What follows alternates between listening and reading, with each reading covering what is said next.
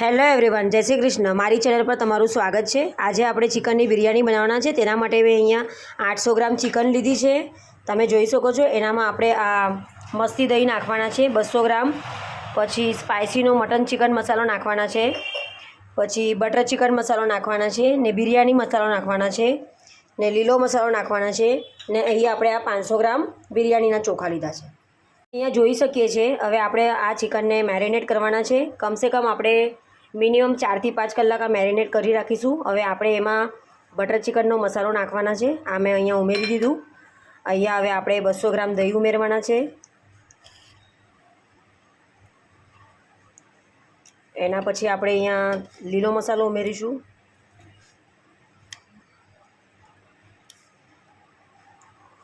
બસ હવે આપણે એનામાં હવે તો પાછી હળદર ઉમેરીશું.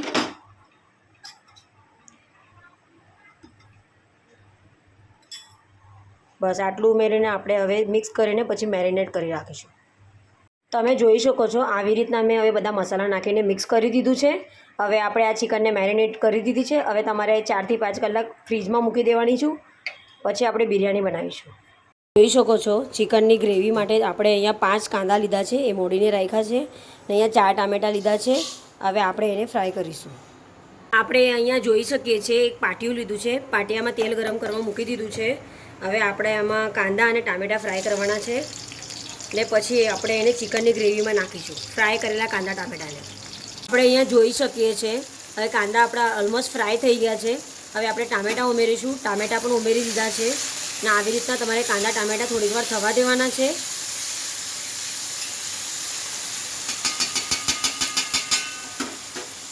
અહીંયા જોઈ શકીએ છીએ આપણા કાંદા ટામેટાં ફ્રાય થઈ ગયા છે. હવે આપણે આને દળવાના છે. આપણે અહીંયા જોઈ શકીએ છીએ આવી રીતના આપણે આવા કાંદા ટામેટાં કાઢી લીધા છે ફ્રાય કરેલા ને આપણે એને હવે દળવાના છે. હવે એ જ પાટિયામાં આપણે હવે ચિકન ફ્રાય કરવા મૂકી છે. હવે થોડીક આપણી ચિકન અડધી 15 મિનિટ થાય પછી આપણે કાંદા ટામેટાની ગ્રેવી દળેલી આમાં એડ કરીશું. આપણે અહીંયા જોઈ શકીએ છીએ ઓલમોસ્ટ આપણી 15 મિનિટ થઈ ગઈ છે. 15 મિનિટમાં થોડી ચિકન આપણી ઓલમોસ્ટ અડધી થઈ ગઈ છે.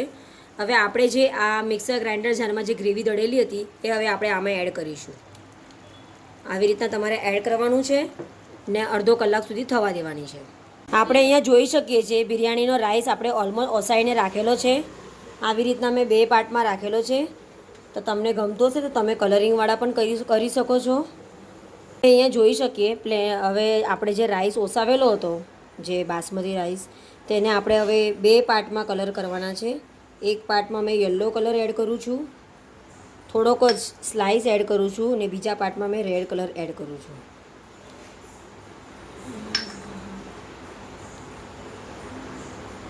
આવી રીતના મેં 2 પાર્ટમાં કલર એડ કરી દીધો છે ને બીજા જે ચાંડામાં છે જે રાઈસ પ્લેન તેને આપણે વ્હાઈટ જ રાખીશું. આપણે જોઈ શકીએ છીએ આપણી ચિકન બનવાને હવે 20 મિનિટ્સ ઓલમોસ્ટ કમ્પ્લીટ થઈ ગઈ છે. હવે આપણે એની અંદર જે મટન ને ચિકન બિરયાનીનો જે મસાલો મેં તમને બતાવેલો હતો તે મસાલો આપણે એડ કરીશું. આવી રીતના આપણે તમાલપત્ર પણ એડ કરીશું ને એમાં આપણે આ મસાલો થોડોક એડ કરીશું. આવી રીતના મસાલો એડ કરીને તમારે પાછા 10 મિનિટ થવા દેવાની છે ચિકનને. જોઈ શકીએ છીએ ઓલમોસ્ટ આપણે આ ચિકન થઈ ગયેલી છે. હવે આપણે એમાં રાઈસના લેયરિંગ્સ કરવાના છે તો તે જોઈશું. હવે આપણે આ ચિકન થઈ ગઈ છે. આપણે હવે એની અંદર રાઈસની લેયર કરવાના છે. સૌથી નીચેના ભાગમાં આપણે તળિયા પર ચિકન રાખેલી છે અને થોડી ગ્રેવી રાખેલી છે. હવે આપણે ઉપરથી અહીંયા યલો રાઈસ એડ કરીશું. જે આપણે કલરવાળો યલો રાઈસ કરેલો હતો તે આવી રીતના આપણે એડ કરવાના છે.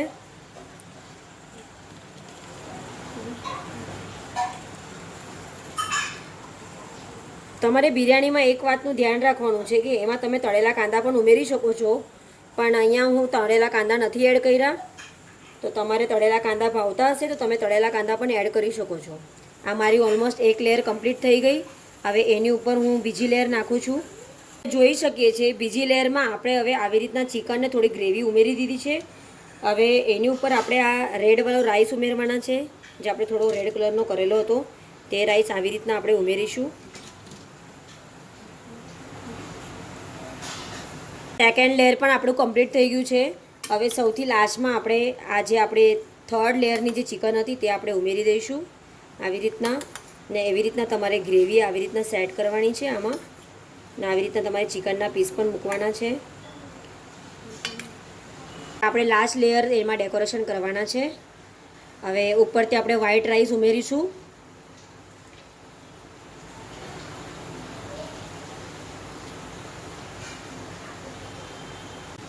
આપણે જોઈ શકીએ છીએ આવી રીતના આપણે હવે આ બધો લાસ્ટલી લેયરમાં વ્હાઈટ રાઈસ રાખવાનો છે.